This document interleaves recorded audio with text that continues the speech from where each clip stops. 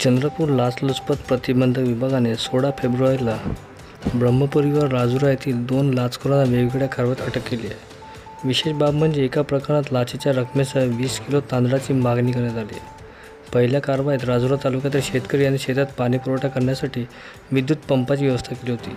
मात्र सदर पंपासाठी 3 फेज विद्युत पुरवठा असण्याची गरज असते। फिर्यादी व इतर शेतकऱ्यांचे शेत हे विरुर महावितरण कार्यालयाअंतर्गत येते। मात्र विद्युत पुरवठा चालू ठेवण्याचे काम वरिष्ठ तंत्रज्ञ उपविभाग राजुरा शालेंद्र देवराव चांदेकर यांच्या अंतर्गत येते। विद्युत पुरवठा सुरू ठेवायचा असेल तर चांदेकर यांनी फिर्यादी व इतर शेतकऱ्यांना प्रत्येकी 20 किलो तांदूळ व 1500 रुपये असे एकूण 7,500 रुपयांची मागणी केली होती।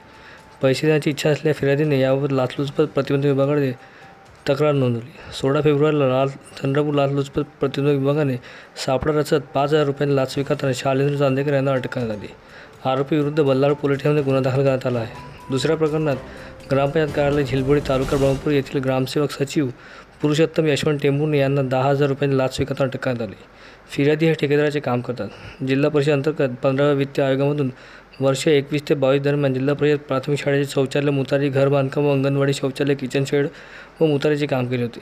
त्या कामाचे फिर्यादी यांना 3,90,000 रुपये ग्रामसेवक टेंभुर्णे यांना धनादेश दिले होते। कामाचा मोबदला म्हणून ग्रामसेवकाने फिर्यादी यांना 15,000 रुपयांची लाच मागितली। मात्र फिर्यादी यांना पैसे देण्याची इच्छा नसल्याने त्यांनी याबाबत लाचलुचपत प्रतिबंधक विभाग चंद्रपूर येथे तक्रार नोंदवली। तक्रारीची पडताळणी झाल्यावर चंद्रपूर लाचलुचपत प्रतिबंधक विभागाने 16 फेब्रुवारीला सापळा रचला। तडजोडी अंती ग्रामसेवक टेंभुर्णे यांनी 10,000 रुपये मागितले। लाचेची रक्कम स्वीकारताना ग्रामसेवकाला रंगेहात अटक करण्यात आली।